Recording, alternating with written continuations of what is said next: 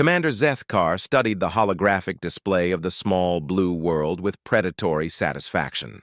Sol 3, as their databases designated it, hung suspended in the tactical chamber of the dreadnought Inevitable Conquest.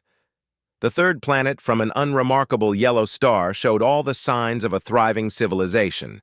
Atmospheric composition indicating industrial activity, electromagnetic signatures of primitive technology, and most importantly, a complete absence of any meaningful defensive capabilities. "Perfect," he muttered in Korvathian, his mandibles clicking with anticipation. The Empire had spent decades cataloging potential targets for expansion, and this backwater system represented everything they looked for: abundant resources, a single inhabited world, and inhabitants too primitive to pose any real threat. "Status report," Zethkar commanded, his four arms manipulating various control interfaces as his subordinates snapped to attention. "Long-range scans confirm initial assessments, Commander," reported Sub-Commander Vex-High, her scales rippling with nervous energy. "The inhabitants appear to be a single-species civilization. They call themselves humans according to our linguistic analysis of their broadcast signals. Technology level suggests they have achieved basic spaceflight, but lack any form of faster-than-light travel or energy weapons." Zethkar's compound eyes gleamed. "Armament?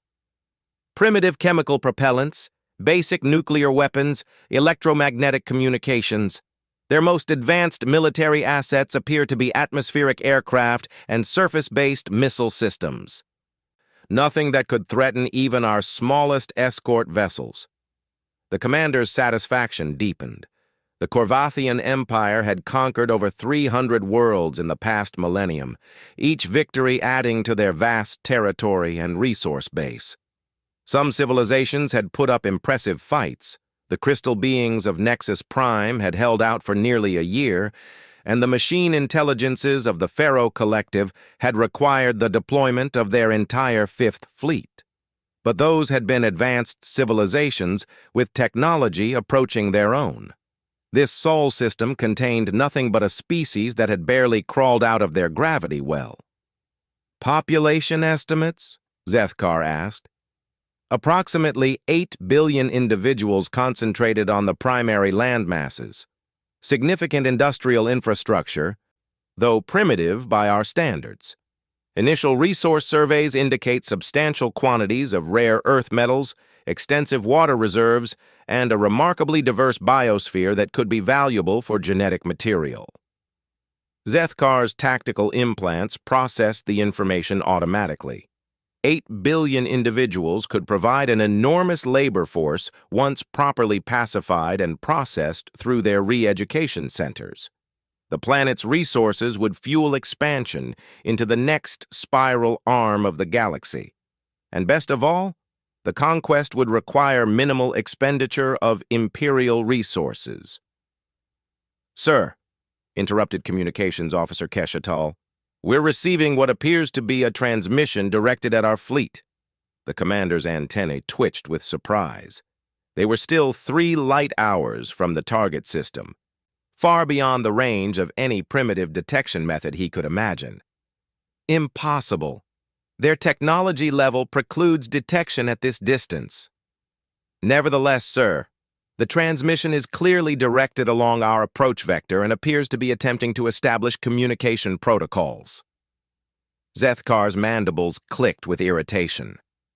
Some previously unknown detection capability could complicate the invasion, though nothing these primitives possessed could actually threaten the Imperial fleet. "Display it." The hologram shifted to show the image of a human male in what appeared to be some form of military uniform. The being was unremarkable. Bipedal, bilateral symmetry, single head, 4 limbs. Typical of carbon-based life forms that evolved under standard gravitational conditions.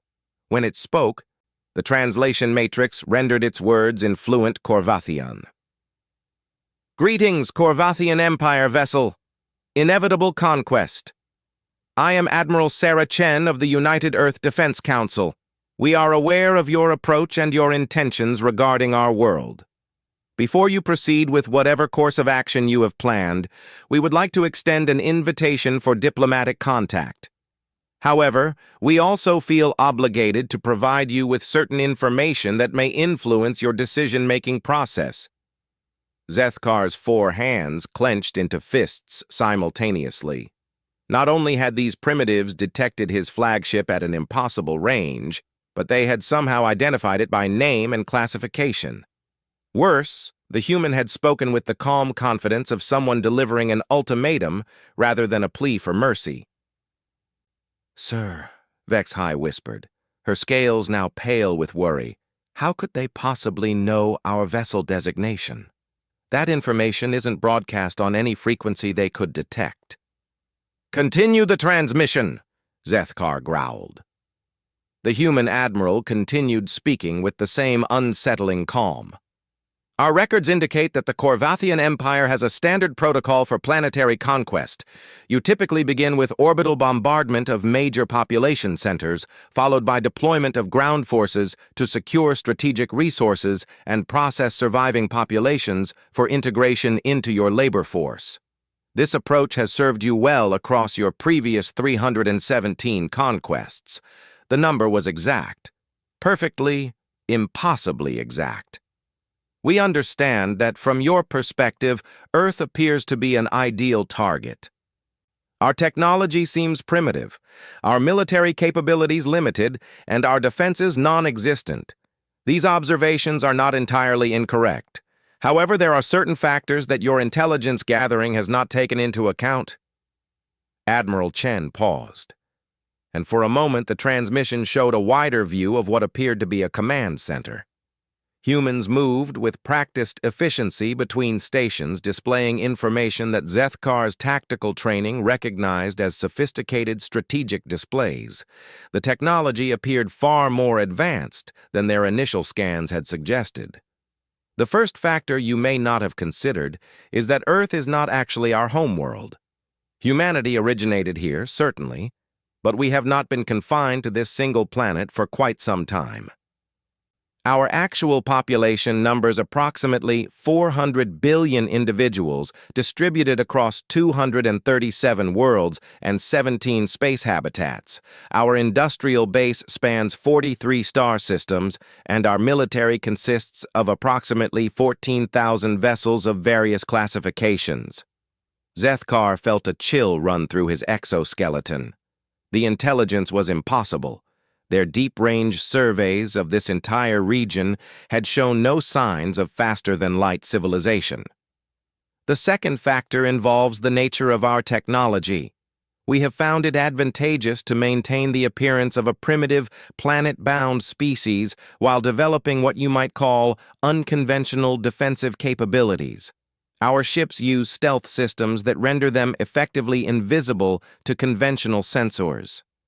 Our industrial facilities are primarily located in deep space or on worlds that have been terraformed to appear uninhabited, and our weapons systems operate on principles that most galactic civilizations have not encountered.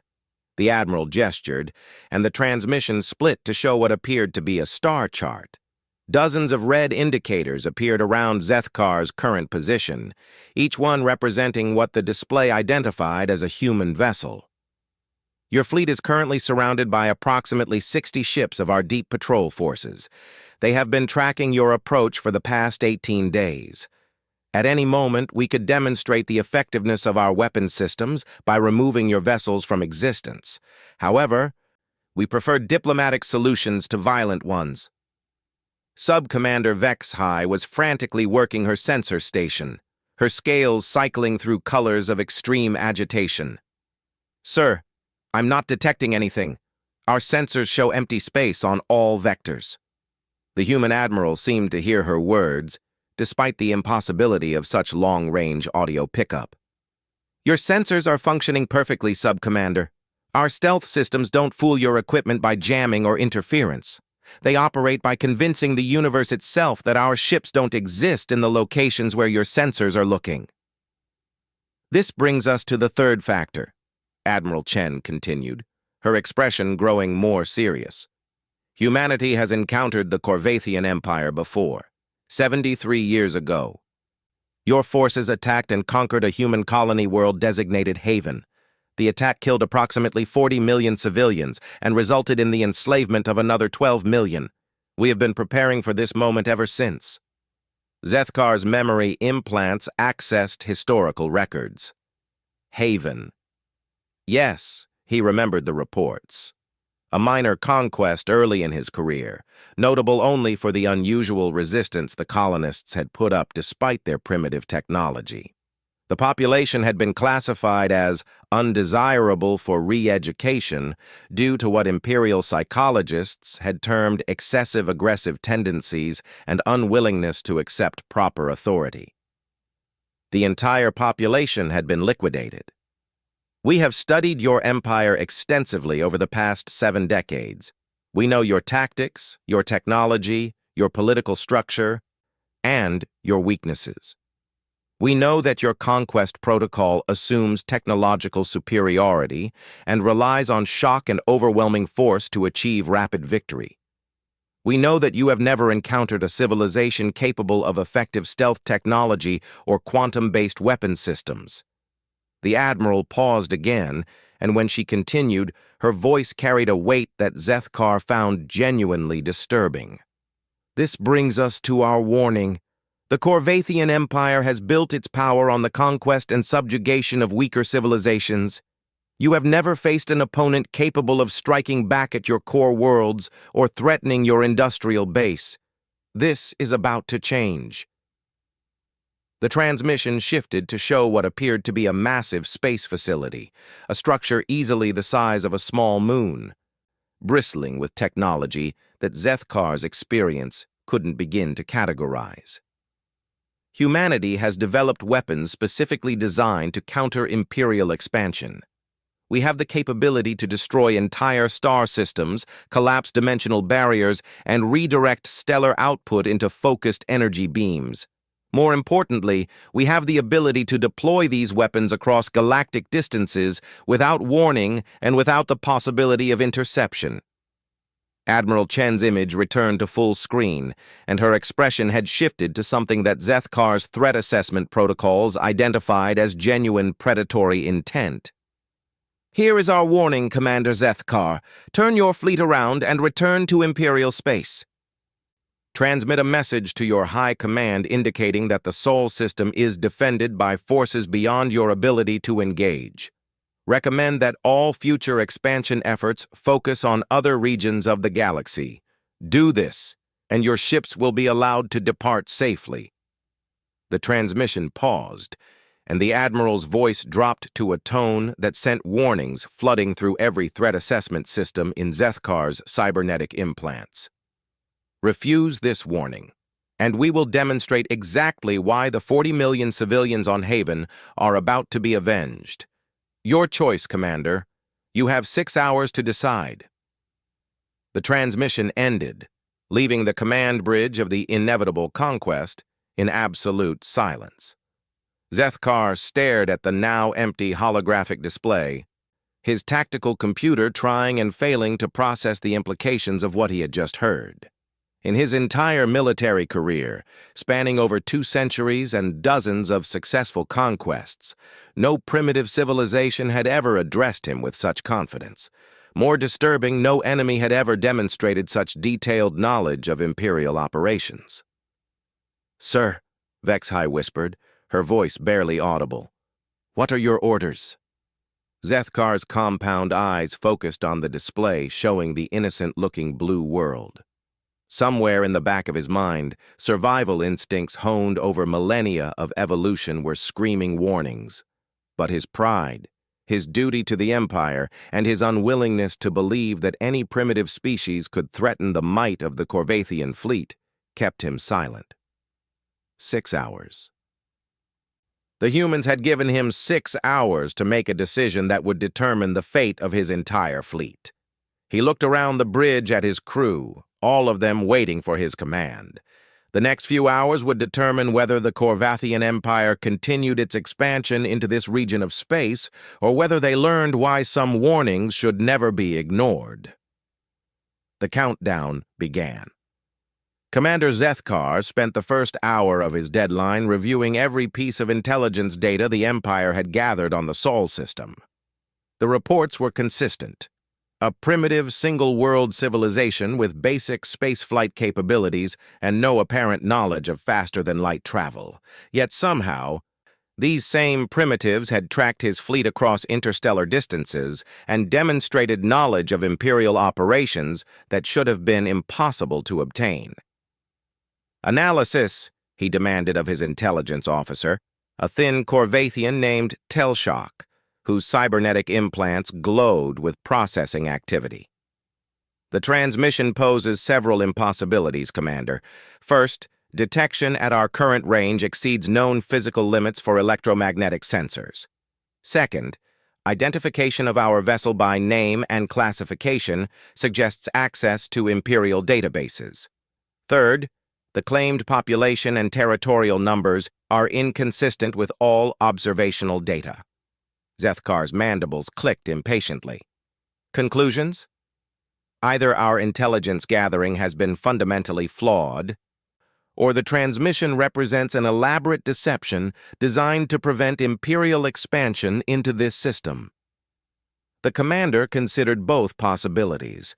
Imperial intelligence had never been wrong on such a fundamental level.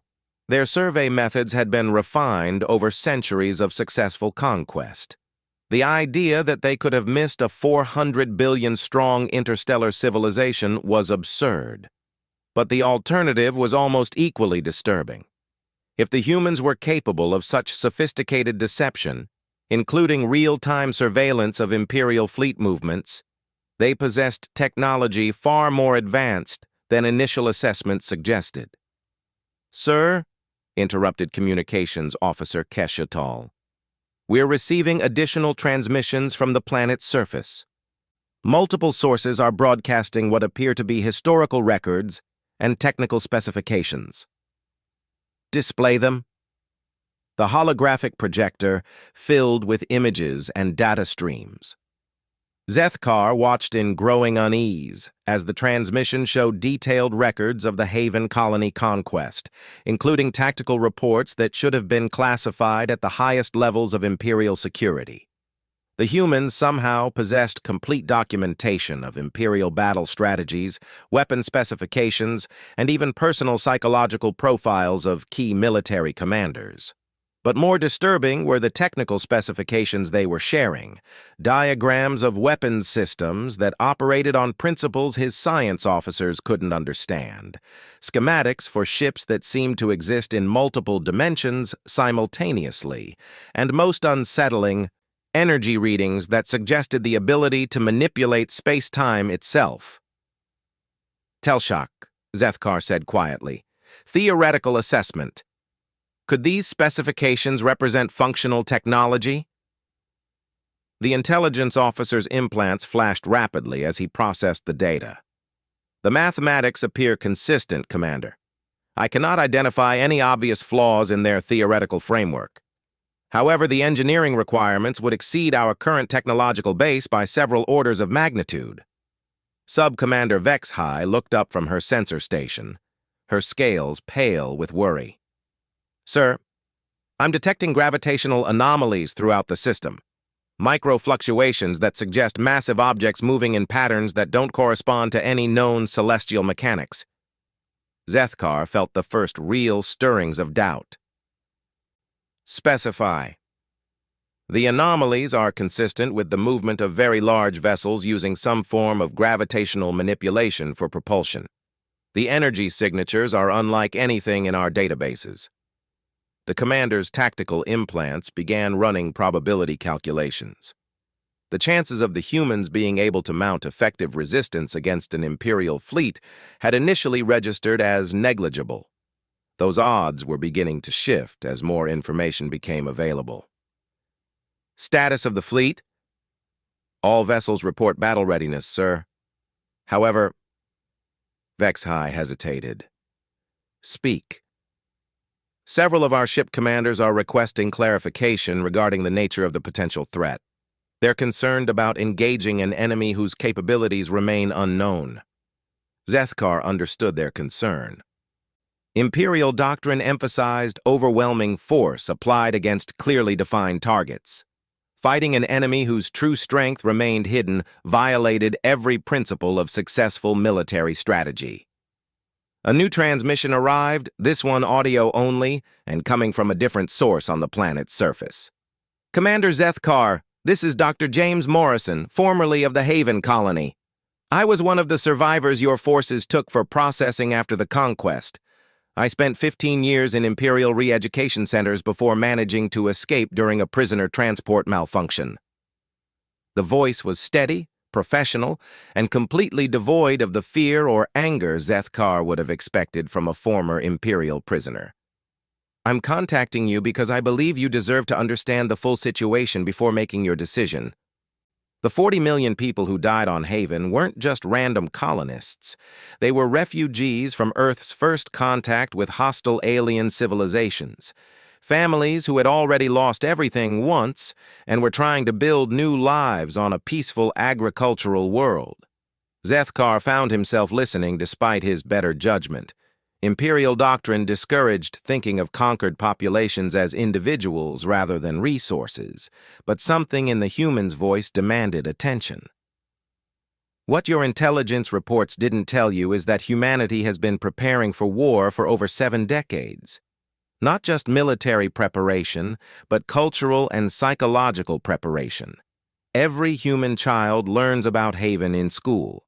Every human adult understands that peaceful coexistence with expansionist empires is impossible. And every human soldier trains with one simple goal, ensuring that what happened to Haven never happens again.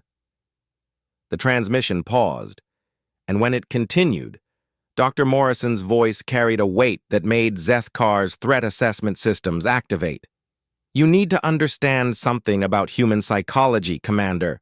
Most species, when faced with overwhelming force, will surrender or flee. Humans are different. When we're threatened with extinction, we don't just fight back. We fight back with everything we have, everything we can build, and everything we can imagine. We call it total war. And it means that every resource, every citizen, and every weapon gets devoted to a single purpose: the complete destruction of the threat. New data streams accompanied the voice transmission. Manufacturing statistics that showed industrial capacity far exceeding anything their surveys had detected. Population figures indicating not just the claimed 400 billion humans, but detailed breakdowns showing how many were engaged in military service, weapons production, and strategic research. The weapons Admiral Chen mentioned aren't theoretical, Commander. They exist, they're deployed, and they're currently aimed at every major Imperial world within 50 light-years of Earth. We have the ability to destroy your entire local command structure before any warning could reach Imperial High Command. Dr. Morrison's voice took on an almost conversational tone that somehow made his words more ominous. You're probably wondering why we're warning you instead of simply attacking. The answer is that humans prefer not to kill when other options exist. But make no mistake, our preference for peaceful solutions doesn't indicate weakness. It indicates that we're confident enough in our capabilities to offer mercy to enemies who might otherwise destroy us. The transmission ended, leaving Zethkar staring at data that challenged everything he thought he knew about this species and this star system. Tell Shock, he said finally. Probability assessment. What are the chances this represents an elaborate deception? The intelligence officer's implants flickered for several long seconds before responding. Decreasing rapidly, sir. The level of detail and consistency across multiple data sources would require technological capabilities that approach or exceed the claimed military specifications. If they possess the ability to create such sophisticated deceptions, they likely possess the weapons systems they're claiming to have. Zethkar realized he was facing a decision that could determine not just the fate of his fleet, but potentially the future of Imperial expansion in this entire region of space. Everything in his training told him that primitive civilizations didn't develop such capabilities. But everything in the data he was seeing suggested that these particular primitives had done exactly that. "Sir," Vexhai reported quietly, "I'm detecting movement from the gravitational anomalies. Whatever is generating them appears to be taking positions around our fleet. Can you get a visual confirmation?" "Negative, sir. Whatever stealth technology they're using is completely effective against our sensor arrays. But the gravitational signatures suggest objects with mass equivalent to our largest dreadnoughts."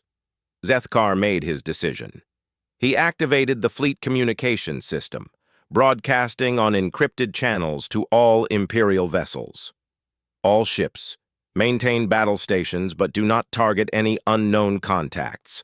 I want maximum power to defensive systems and full combat readiness, but no offensive actions without my direct authorization." He turned to his communications officer. "Open a channel to the human admiral." "Channel open, sir." "Admiral Chen, this is Commander Zethkar. I require additional information before I can make an informed decision regarding your warning." The response came immediately, as if the humans had been monitoring his communications continuously. "Of course, Commander." "What would you like to know?" The question was simple, but Zethkar recognized it as a test. What he asked would reveal how seriously he was taking their claims and how much he had begun to doubt Imperial intelligence estimates. "I want to see proof of your weapons capabilities. Something that demonstrates your ability to threaten Imperial vessels without actually attacking my fleet." "Certainly. Please observe the asteroid field approximately 2 light-minutes spinward of your current position." Zethkar's tactical display shifted to show the designated area. A cluster of rocky debris left over from the system's formation, typical of the kind found around most star systems. Nothing remarkable or threatening. "We're going to demonstrate our quantum disruption technology. This weapon operates by convincing matter that it no longer needs to maintain molecular cohesion. The effect is instantaneous and complete within the target area. One of the larger asteroids, a rocky mass approximately 5 kilometers in diameter, simply vanished. No explosion, no debris, no energy flash. One moment it existed, the next moment there was empty space where it had been. The same technology can be applied to any target within approximately 50 light-years of our installations. The effect cannot be blocked by conventional shielding and doesn't provide any warning to the target." Zethkar stared at the empty space where a mountain-sized asteroid had existed seconds before. His tactical computer was running analysis routines, trying to understand what had just happened. Every assessment came back with the same conclusion. Impossible. "Sir," Telshak whispered, "that energy signature doesn't match any known weapon system. The target wasn't destroyed in any conventional sense. It simply stopped existing." Admiral Chen's voice continued with the same calm professionalism. "We have 17 different weapon systems with similar capabilities, Commander. Some operate at longer ranges, others affect larger areas, and a few can target multiple objectives simultaneously. All of them are currently trained on your fleet." The holographic display updated to show targeting indicators surrounding each Imperial vessel. Dozens of invisible weapon systems, all apparently ready to reduce the pride of the Corvathian fleet to the same nothingness that had claimed the asteroid. "Your deadline stands, Commander. 5 hours and 23 minutes remaining. We strongly recommend you use that time to contact your superiors and inform them that the Sol system is defended by forces beyond Imperial capability to counter." Zethkar realized that for the first time in his military career, he was facing an enemy that might actually be capable of destroying him. Commander Zethkar stood alone in his private quarters, staring out at the stars through the reinforced viewport. 3 hours remained before the human deadline expired, and he had still not contacted Imperial High Command. Every instinct developed over 2 centuries of military service told him to attack immediately. Imperial doctrine demanded that any threat to the Empire be met with overwhelming force. But his survival instincts, honed over even longer evolutionary timescales, were screaming warnings he couldn't ignore. The demonstration with the asteroid had shaken him more than he cared to admit. Imperial scientists had spent decades developing weapons that could vaporize targets, disintegrate molecular bonds, or even manipulate matter at the quantum level. But they had never created anything that simply made objects stop existing. The humans had done something that violated his understanding of physics itself. A soft chime indicated an incoming communication. "Commander, you have a priority transmission from the surface," announced Keshatal. "Route it to my quarters." The holographic projector activated to show a different human than before. An elderly female wearing what appeared to be civilian clothing. Her appearance was unremarkable, but her eyes held an intelligence that Zethkar found unsettling. "Commander Zethkar, my name is Dr. Elena Vasquez. I was the chief physicist on Haven Colony. I'm contacting you because I believe you're struggling with a decision, and I'd like to help you understand what you're really facing." Zethkar activated his recording systems. Everything about this situation was so far outside standard Imperial protocol that he needed complete documentation for whatever review would follow. 73 years ago, your forces conquered Haven with minimal resistance. From your perspective, it was a routine operation against a defenseless agricultural colony. What your reports didn't mention was that Haven wasn't just a farming settlement. It was also a research station where we were developing new technologies for deep space exploration. Dr. Vasquez gestured, and the transmission split to show what appeared to be technical specifications and research data. "When your ships appeared in our system, we knew we couldn't fight. Our few defensive weapons were useless against Imperial technology, but we had something more valuable than weapons. We had time. Your conquest doctrine calls for systematic bombardment followed by ground operations to secure survivors for processing. That gave us approximately 18 hours to act." The display shifted to show images of desperate activity. Humans working frantically to load data cores and essential equipment onto small, fast ships. "We managed to evacuate our complete research database and our most critical personnel before your ground forces secured the colony. More importantly, we transmitted everything we had learned to Earth before your jamming systems could block our communications." Zethkar felt a chill of understanding. "What kind of research?" "Theoretical physics focused on extra-dimensional manipulation, quantum consciousness transfer, and what we called reality editing, the ability to modify fundamental constants of physics within localized areas. Most of it was purely theoretical when Haven fell. We didn't have the industrial base or energy sources to build practical applications." Dr. Vasquez paused, and her expression grew harder. "But Earth did. Within 5 years of receiving our data, human scientists had developed functional prototypes. Within 10 years, we had manufacturing facilities hidden in deep space producing weapon systems based on our research. And for the past 60 years, we've been preparing for this moment." The transmission showed new images. Vast industrial complexes built inside hollowed-out asteroids, massive ships constructed in hidden facilities, and weapons systems that defied conventional understanding. "You need to understand something about humanity that your xenobiological profiles probably missed, Commander. When we're threatened, we don't just adapt, we evolve. We take whatever destroyed us and turn it into the foundation for something stronger. The Holocaust gave us determination to never again let genocide succeed. Nuclear weapons taught us to harness the power of stars. And Imperial conquest taught us to think beyond the limitations of single-world civilizations." Zethkar found himself transfixed by the scope of what the humans had accomplished. In 73 years, they had transformed from a primitive species confined to one world into something that could credibly threaten the entire Imperial expansion fleet. The weapons Admiral Chen demonstrated represent only a small fraction of our current capabilities. We've had 7 decades to imagine every possible way the Empire might attack us, and 7 decades to develop countermeasures. We've also had 7 decades to study Imperial psychology and tactics. The display shifted to show detailed analyses of Corvathian behavior patterns, psychological profiles of Imperial commanders, and tactical assessments of fleet operations. The level of detail was staggering.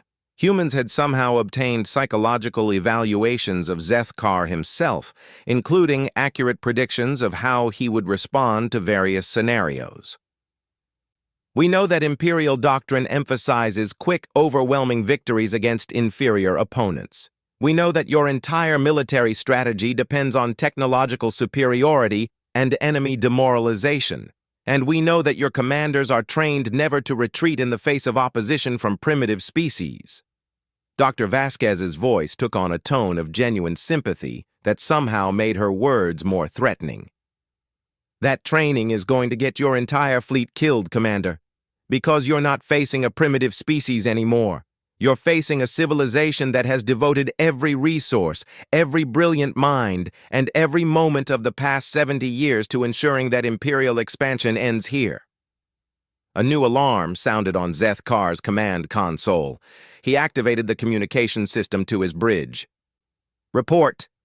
"Sir," came Vexhai's voice, tight with stress. "We're detecting massive energy buildups throughout the system. Whatever the humans have been hiding, it's powering up." Dr. Vasquez seemed to hear the exchange. "You're detecting our defensive grid coming online, Commander. We've been polite enough to keep our weapons powered down during these negotiations, but your deadline is approaching and we need to be prepared for your decision."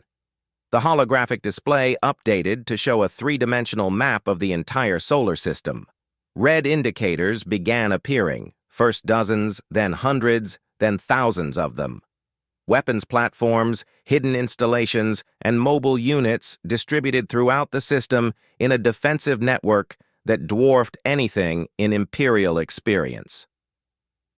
Each of those indicators represents a weapons system capable of destroying Imperial dreadnoughts, Commander.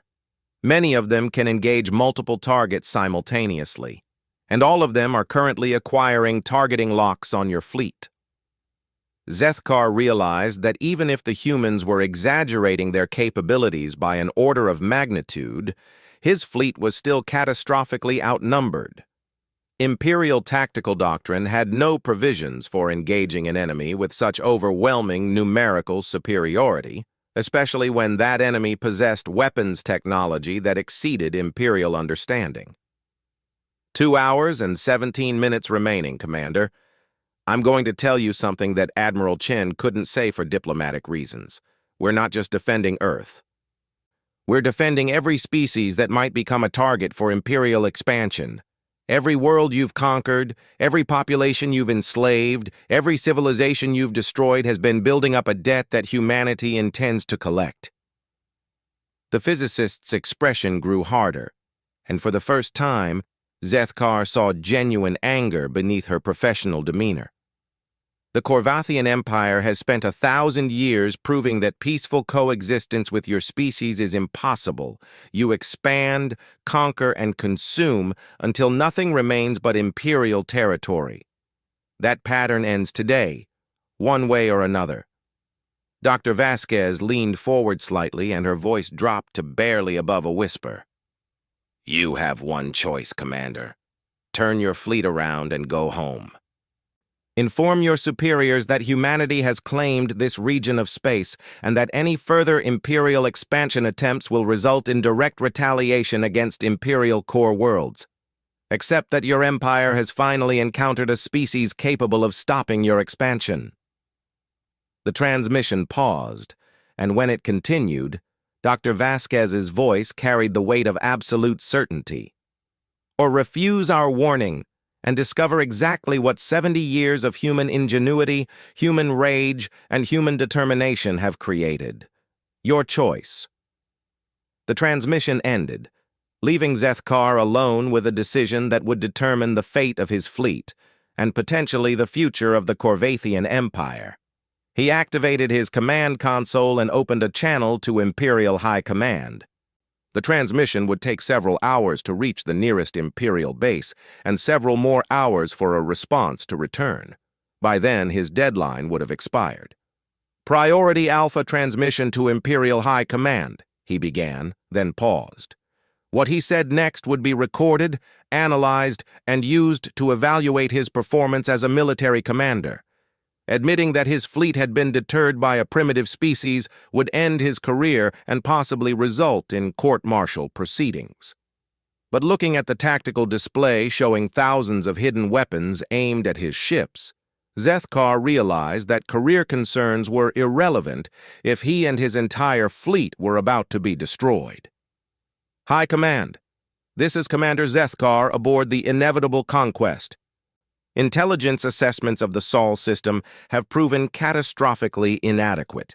The human species has developed weapons technology that exceeds Imperial capabilities and has established a defensive network that poses an existential threat to our expansion fleet." He took a deep breath before continuing. "Based on observed capabilities and demonstrated weapons effects, I am recommending immediate withdrawal from this system and reclassification of all human-occupied territory as hostile space to be avoided. The species designated as primitive in our initial surveys has proven capable of threatening Imperial core interests." Zethkar paused, knowing that his next words would determine whether he was remembered as a cautious commander who preserved his fleet or as a coward who fled from primitive aliens. "I am implementing immediate withdrawal protocols. The Sol system and surrounding space should be designated as an exclusion zone pending development of countermeasures for human weapons technology." He closed the transmission and activated ship-wide communications. "All ships, this is the commander. We are implementing immediate withdrawal from this system. All vessels will form up for hyperspace jump on my command. This is not a retreat. This is a strategic redeployment pending reassessment of local threat conditions." Within minutes, his fleet was moving away from the inner system, preparing for the jump to hyperspace that would carry them back to Imperial space. As the jump coordinates were laid in, Zethkar received one final transmission from Admiral Chen. "Commander, thank you for making the right choice. Your fleet is free to depart unmolested. However, please be aware that our monitoring capabilities extend well beyond this system. Any future Imperial expansion attempts into human-protected space will result in immediate and comprehensive retaliation." The Admiral paused, and when she continued, her voice carried a tone that made Zethkar's threat assessment systems activate one final time. "Tell your superiors that humanity remembers Haven. Tell them that we've spent 70 years preparing for this moment, and tell them that the next Imperial fleet that approaches human space won't receive a warning." The transmission ended just as Zethkar's flagship entered hyperspace, carrying the survivors of the Corvathian expansion fleet back to an empire that would soon learn that its age of unchallenged expansion had come to an end. Behind them, in the Sol system, thousands of hidden weapons powered down and returned to standby mode. Humanity had given its first warning to a galactic empire. It would be their last.